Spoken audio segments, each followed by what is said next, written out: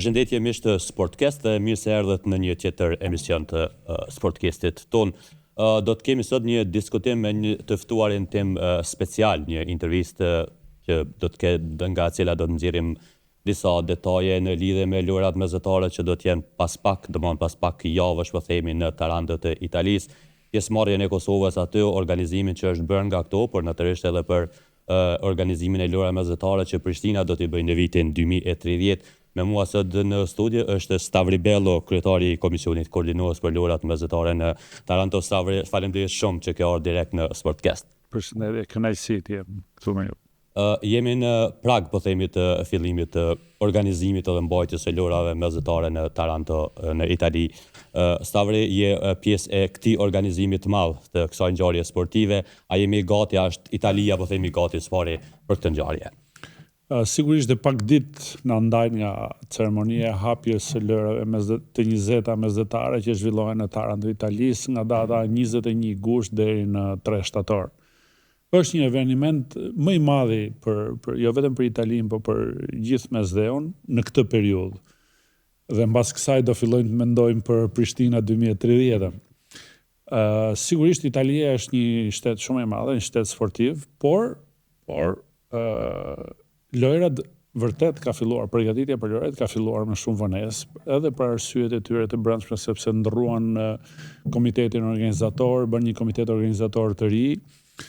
Ndofta një nga rastet e rralla është që qeveria ka dhënë fondin e domosdoshëm që duhet dhe është e gatshme të japi për ta ndihmuar për zhvillimin e këtyre lojrave, për kthimin e shndërrimin e qytetit të Tarantos në një qytet sportiv dhe mikpritës të lojrave, por koha ose vonesa ka shkaktuar disa probleme të cilat organizatorët po i përpiqen të zgjidhin në momentet e fundit.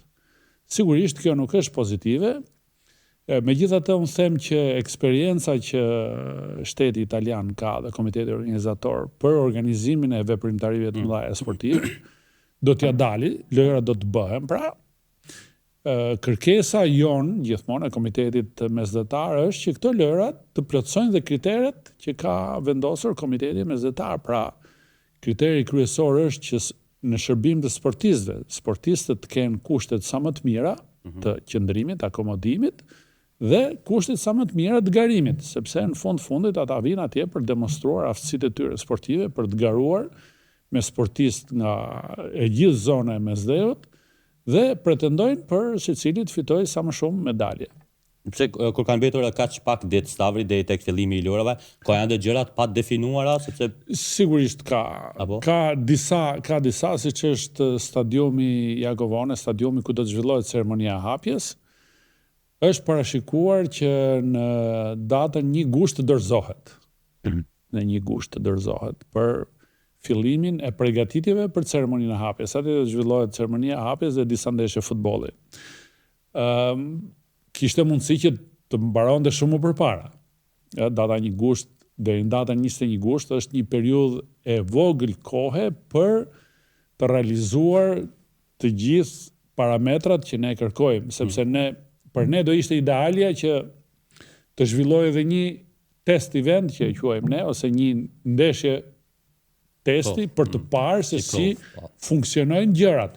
Deri tani ne kemi parë që fonia funksionon, dritat, ndriçimi, të gjitha këto aksesorët funksionojnë, por duam të shikojmë edhe sistemet e tjera, fusha, bari, si janë dhomat e zhveshjes, të gjithë infrastruktura e domosdoshme për zhvillimin e një veprimtarie sportive.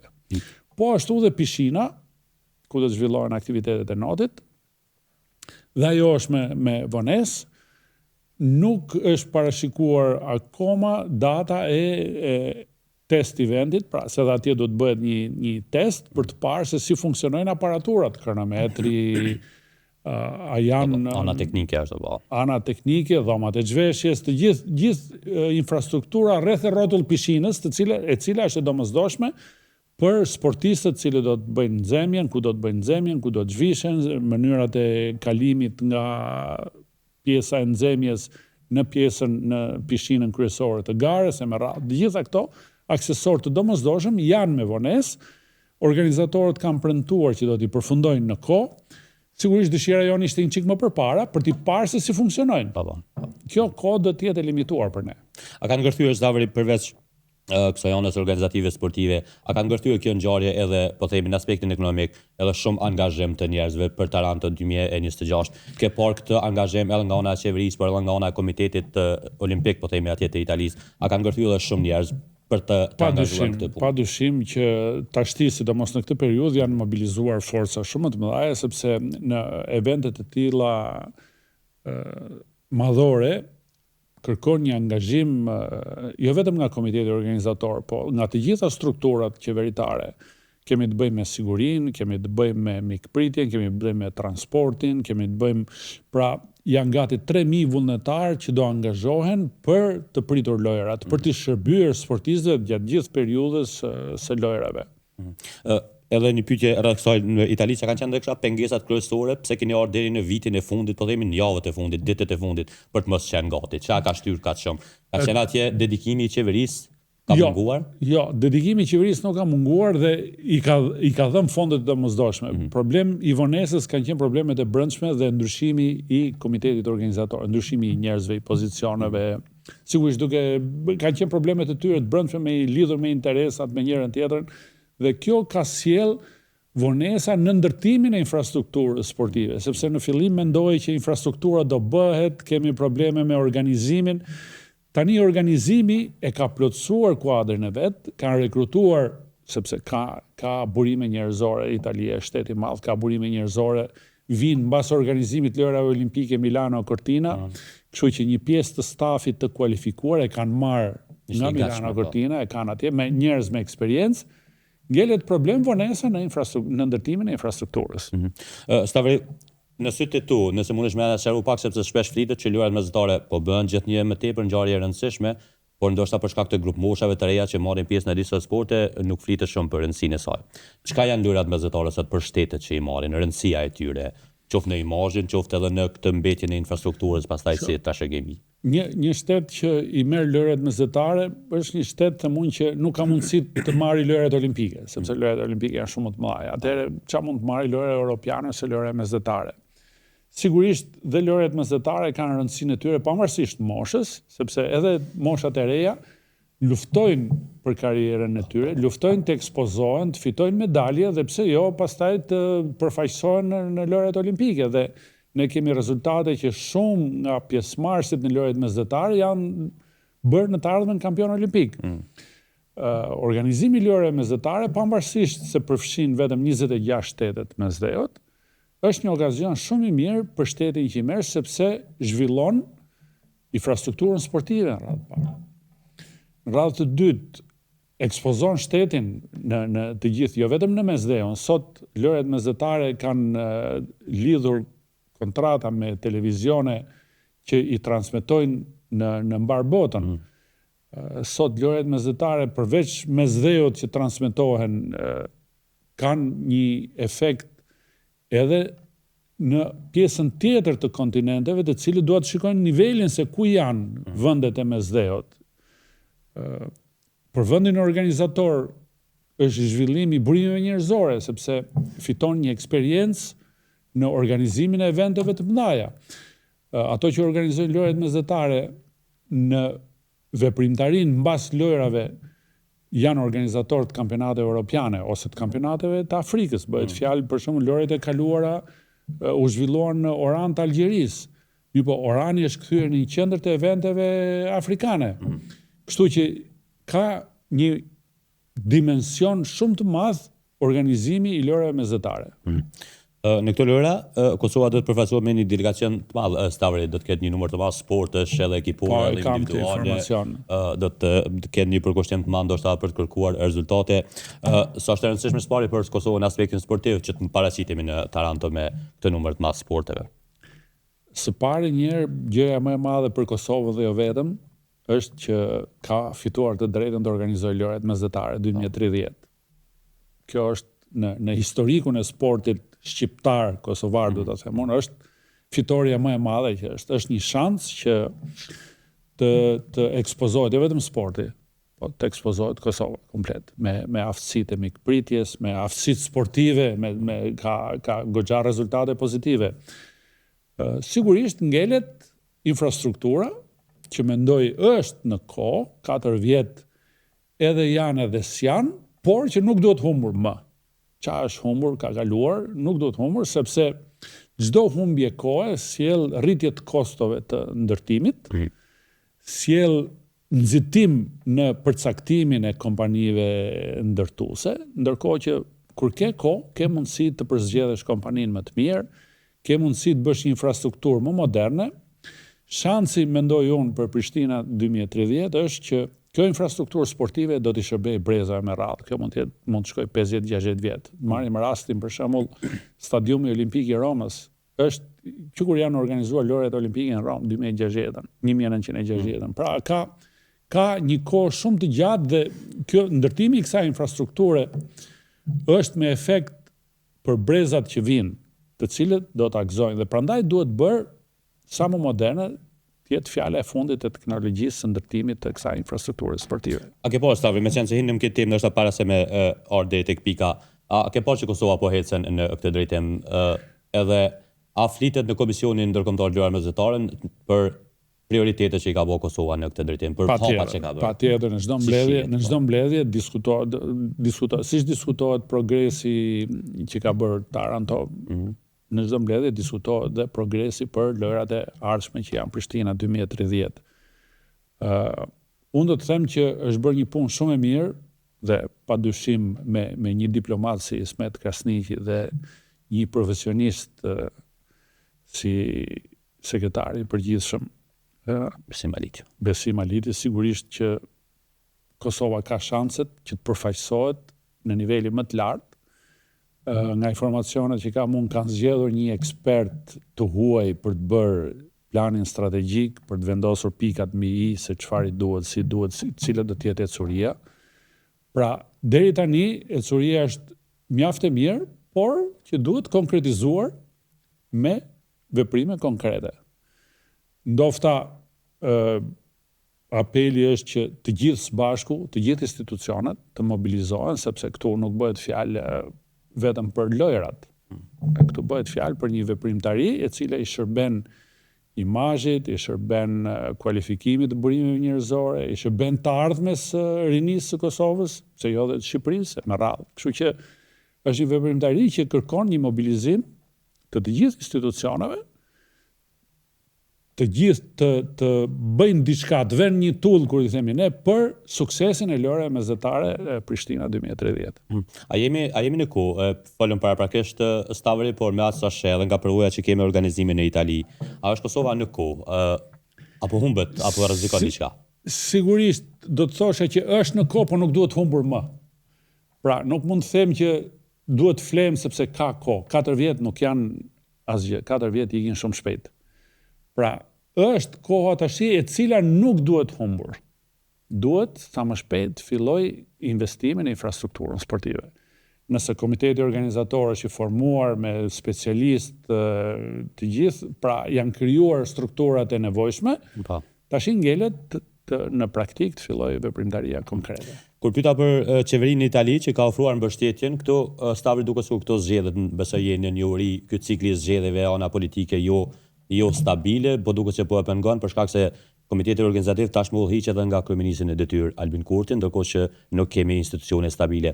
Kjo duket se po e pengon. Ka një mesazh në këtë drejtim për të mos e lënë sportin të mbetet brapa shkaku i politikës? Nga eksperienca ime, unë do të thosha që çdo forcë politike në spaku në Shqipëri e kam shtetur sportin, e mbështesin. Të gjithë e duan sportin. Sepse sporti sjell imazh, sporti edukon rinin, të gjithë kanë benefite.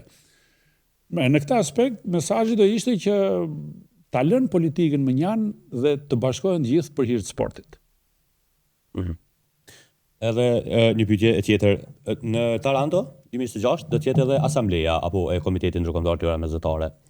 Mund të ketë aty një diskutim më konkret edhe ajo që ka më intereson më shumë Stavri, këtu ka një interesim. Deri ku lejon Komiteti Ndërkombëtar i Lojrave Mesdhetare, një shtet që mbase nuk tregon shumë gatishmëri, seriozitet, a ka një afat kur mund të merren lojrat mesdhetare nëse e sheh që nuk po bëhen gati shteti që i ka marrë ato?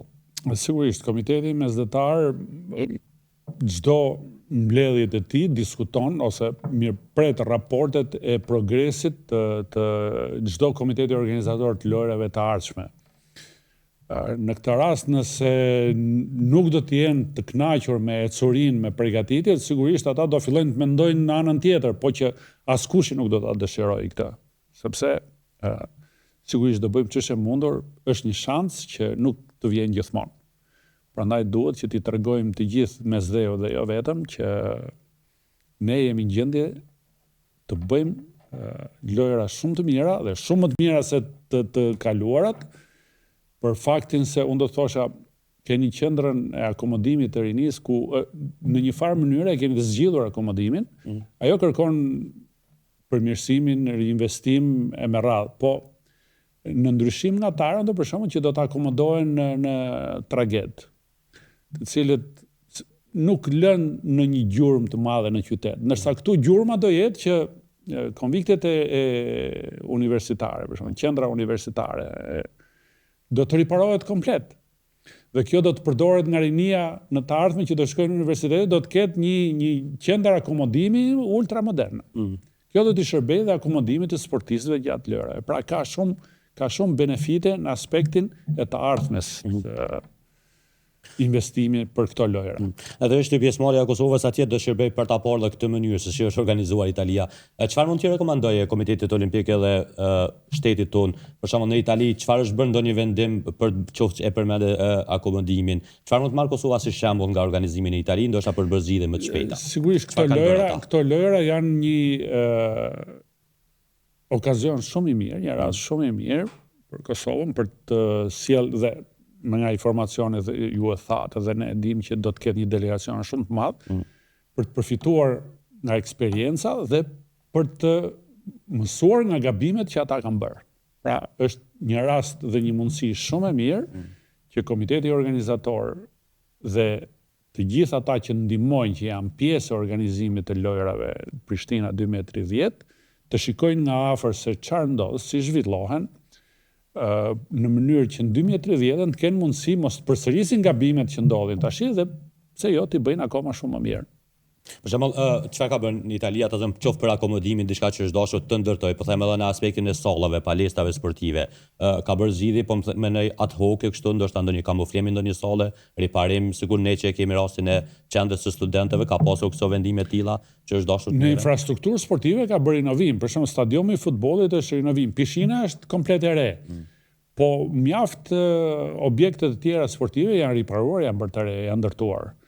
Dhe sfida e Prishtina 2030, kjo duhet të jetë ndërtimi i infrastrukturës sportive, sepse janë shumë disiplina sportive, ndofta disa nuk zhvillohen në Prishtinë, por që duhet të jenë të ndërtuara këtu për të shërbyer lojrave në radhë parë dhe në perspektivë pse jo dhe rinisë së Kosovës, Prishtinës. Stavri, njëra nga zotimit kryesore sa i përket infrastrukturës është fjala që ka dhënë Kosova, ka qenë ndërtimi një stadiumi nacional kombëtar, një stadium i tri ku do të bëj hapja dhe mbyllja e ceremonisë lojrave mesdhetare. Ende s'kemi bërë asnjë hap. Në këtë kontekst, a mund të tërhiqet një shtet nga një zotim të paktën nëse ta zëm Kosova, sepse kemi këto dy stadiume që mbase mund të rinovohen, të zgjerohen për të bërë ceremoninë. A lejon komiteti që të bëhet ky lloj ndryshimi? Sigurisht kjo do të jetë vendimi i komitetit, po unë nuk besoj që Kosova do të tërhiqet nga premtimet që ka bërë, sepse potenciali ekziston.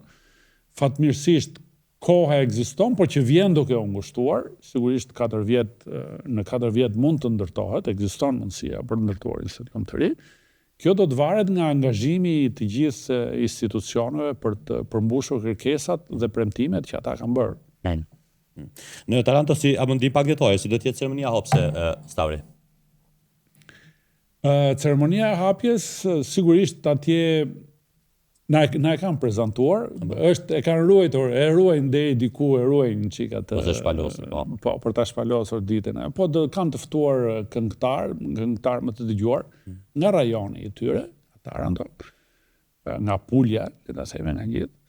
Sigurisht nga informacionet që kemi ne, gastronomia shumë e zhvilluar atje, akomodimi në këto tragedet është në nivelin maksimal. Pra, pagetet janë shumë komode dhe sportistët jemi të bindur që do të jetojnë atje në kushte shumë komode.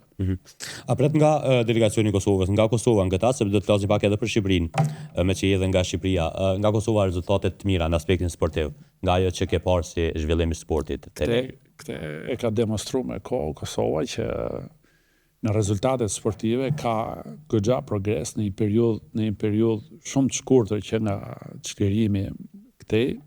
Sigurisht progresi është i pabesueshëm. Jo vetëm nuk flas për medaljet, se mirë, medaljet janë qershi ambitor. Po do të them edhe disiplinat e tjera sportive, për shembull basketbollin që e kam parë vetë, ndjek nga afër dhe ndofta e krahasoj edhe me Shqipërinë atje.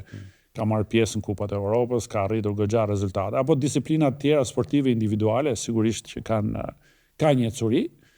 Besoj që këtu do të ketë mosha të reja që do marrin pjesë, të cilët do të jenë kandidatët kryesor për në Prishtina 2030 për të arritur rezultatet, për të dhënë atë, si thosh, përparësinë Kosovës që të jetë në top listën e vendeve që kryesojnë medaljet në 2030 si vend organizator. A të thasi pak për basketbollin, Stavri, ajo që da ka befasua neve në Kosovë është parë shorti që është hedhur, Kosova do të marrë pjesë atje me basketbollin 3x3 në lurat mesdhetare në Taranto, në short është në grup edhe Serbia. Diçka që nuk është parë në gara tjera deri me tani, po flim me pas luftës së këndej. A mendim cilat janë arsyet, a është e lejuar, a ka pasur ndonjë ankesë nga ana e të dy taborave, qoftë Kosova, qoftë Serbia, si ka ndodhur?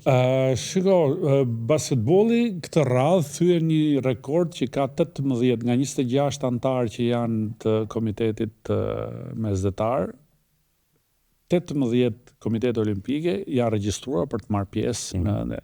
Kjo dhe për faktin se disiplina e basketbollit këtë radhë ka vendosur për herë të parë dhe shumë pozitive dhe për lojrat mesdhetare që ekipet pjesëmarrësme grumullojnë pikë për kualifikimin për lojrat olimpike Los Angeles 2028. Do të shërbej kjo. Po, do të shërbej si për të grumbulluar pikë. Për sa i përket shortit, sigurisht unë them që me sa di unë nuk është hera parë që jo në basketboll ndofta por në disiplinat tjera që Kosova ndeshet me Serbinë. Në sport. Në sport? Pas në periudhë nuk ka pasur ndonjë. Mund të ketë për shembull në xho dhe kështu individuale por si individuale, pra është ndeshur, nuk ka ndonjë. Nuk kam informacion nga brenda sepse këtë e kanë komiteti organizator se si do të zgjidhet. Sigurisht që do gjehet një zgjidhje. Ideja e përgjithshme është që sporti afron njerëzit dhe s'ka pse të ketë përjashtime njërin tjetrën, por jam i bindur që në këtë rast do gjehet një zgjidhje pozitive, për askush nuk do të krijohen incidente, kështu që nuk besoj se do zgjidhet pa ndonjë incident. Zgjidhje në shkuptim që të zhvillohet ndeshja, të mos ketë incident apo të ndryshohet shorti? Mundet që të ekzistojë ndryshimi i shortit. Por Komiteti Ndërkombëtar nuk ka vija ndalese mes shteteve, Komiteti Ndërkombëtar i Lojrave Mesdhetare. Normalisht për sa kohë të dy palët kanë pranuar që të jenë pjesë e komitetit, nuk besoj se do të refuzojnë të luajnë. Por le t'ja lëm kohës deri në afrimin se si do të zgjidhet kjo në mbledhjen e komitetit. Në rast të zhvillimit, mendon që do të ishte një lloj hapje, një rrugë mbase për të shkuar më përpara se në aspektin e sportit, po them, mendon që do të thyej një lloj akulli ose si ta them. Nuk besoj sepse në sportin individuale kanë ndodhur ndeshje, apo jo, kanë luftuar si themi, po. Po, në sportet individuale, kështu që nuk përbën ndonjë ndryshim të madh. A ka më duket që ka ankesa nga të dy anët, ka kërkesa për ta ndryshuar apo jo? Nuk kam në informacion gjërtashi. Lidhur me këtë, nuk kam në informacion. E qartë. Do të flasim pak për sportin në Shqipëri, janë pjesë e lojrave mesdhetare të Kosovës edhe Durrësi, Stavri.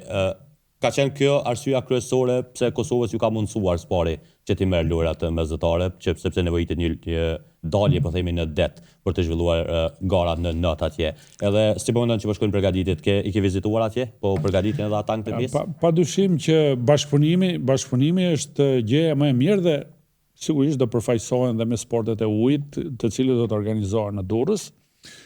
Dhe atje ka angazhim, ka filluar është diçka më e lehtë në sportet e ujit sepse nuk kërkon investime shumë të mëdha, nuk kërkon ndërtime, ndryshime të mëdha.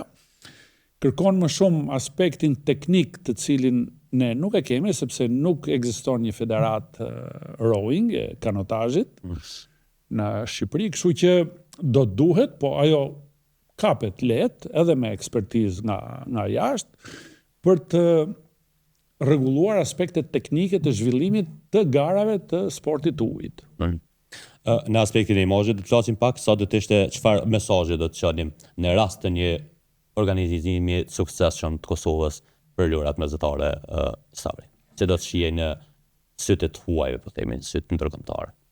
Patjetër që personalisht nuk kam dyshim në rastin e suksesit, nga sa kam parë. Unë kam vizituar vitet e fundit rregullisht shumë shpesh Kosovën dhe nuk kam dyshim në suksesin sepse arma e fortë e jona do ta quaj. Është mikpritja, është ajo çka ne i ofrojmë të huajve, sigur i ofrojmë shtëpinë tonë, t'jen.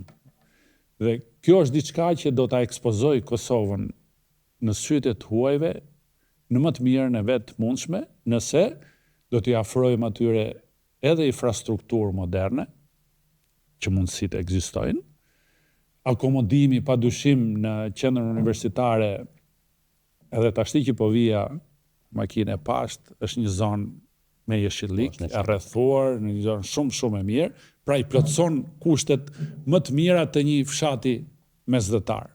Kështu që mendoj që suksesi sigurisht me angazhimin maksimal të gjitha institucioneve. Nëse ne do presim vetëm nga një institucion, nuk mund të arrihen gjitha. Këtu nuk bëhet fjalë emri i sportit të Kosovës, këtu bëhet fjalë emri i Kosovës. Dhe e di ku e kam këtë besim? Unë kam qenë për herë të parë në Kosovë në vitin 1979. Ka shumë kohë. Shumë kohë përpara. Kam qenë me përfaqësuesen e basketbollit, të rimit basketbollit, ekipin kombëtar. Dhe kam mësuar atëherë, na vinte çudi, që pallati i rinisë është ndërtuar me kontributin e qytetarëve të Prishtinës. Po. Ashtu është historia, po. Që atëherë dhe sot në seminar rinia nuk e di këtë. Një pjesë e rinisë nuk e din. Kështu që kjo është një bazë, është një themel se çfarë do të thotë për Kosovën të organizojë lojrat mesdhetare. Prandaj them që kam besimin që suksesi do të jetë i garantuar, sepse atëherë ne nuk e besoj, na vinte çudi se si mundet qytetarët të paguajnë nga rroga e tyre për të ndërtuar një pallat sporti. Sot që ka më shumë mundësi, duhet që dikush të mendojë për të investuar në këtë infrastrukturë moderne. Duke qenë i përfshirë në këtu struktura kaq të larta, të lojra mesdhetare Stavri, ka një përshtypje si flitet për sportin e Kosovës, për zhvillimin, qoftë në këto në Itali, për takime të rëndësishme që kemi, figurat të rëndësishme sportit evropian e botror. E kemi suksese dorën zemër në sport si Kosovë, por çfarë flitet, çfarë thuhet në takimet që kemi? Sigurisht rezultatet sportive flasin vetë. Ndërkohë, përveç rezultateve, unë do të vija në dukje edhe angazhimin institucional. Pra, komiteti është shumë autoritar, është i përfaqësuar, është i respektuar, jo vetëm në mesdhe, po edhe unë kam qenë dhe në lojrat olimpike të Tokios dhe kam parë atje se si drejtuesit e komitetit priteshin, takoheshin me të gjithë, kishin marrëdhënie shumë të mira, respektoheshin, pra imazhi është shumë i mirë dhe shumë domethënës për jo vetëm për sportin kosovar, jo vetëm për Komitetin Olimpik, po kur thonë ky është nga Kosova, vërtet flisnim me një respekt. Kështu që unë dëshiroj t'i falenderoj vërtet drejtuesit e Komitetit Olimpik për punën e mirë që bëjnë. Në një pyetje të fundit tash në aspektin personal, Stavri pak tregove për basketbollin që i ke dhënë fund tek gjeneratat e reja tash kësaj karriere të gjatë. Ndërkohë pas Tarantos natyrisht do të përfundoj edhe ky mision jot si drejtues atje. Në aspektin personal çfarë do të shohim të angazhuar në VMC? Akoma nuk është se kam bërë ndonjë plan, por sigurisht do të jem i gatshëm për çdo, nuk ve në dyshim për nëse dikush do të më thërresi për ndihmë ose për konsulencë ose për çfarë do lloj kontributi, sigurisht që do të jem i gatshëm. Me shumë kënaqësi. Do të jesh i përfshirë në organizimin e lojëve mesdhetare në Prishtinë? Nëse do të kenë nevojë, me shumë kënaqësi. Sarvon, po du me të falenderu përgjithësisht që gjete ku me ardhur në Sportcast për të ndakë të detajet së bashku dhe për zhvillu këtë bisedë shumë të mirë për mua. Faleminderit dhe juve. Ishte shumë kënaqësi. Faleminderit shumë miq të nderuar që ishit bashkë me neve në këtë intervistë me Stavri Bellën, anëtarin drejtuesin fakt të Komitetit Organizativ të Lojrave Mesdhetare në Taranto 2026. Faleminderit shumë për vëmendjen tuaj dhe ne shihemi në emisionet tona të radhës.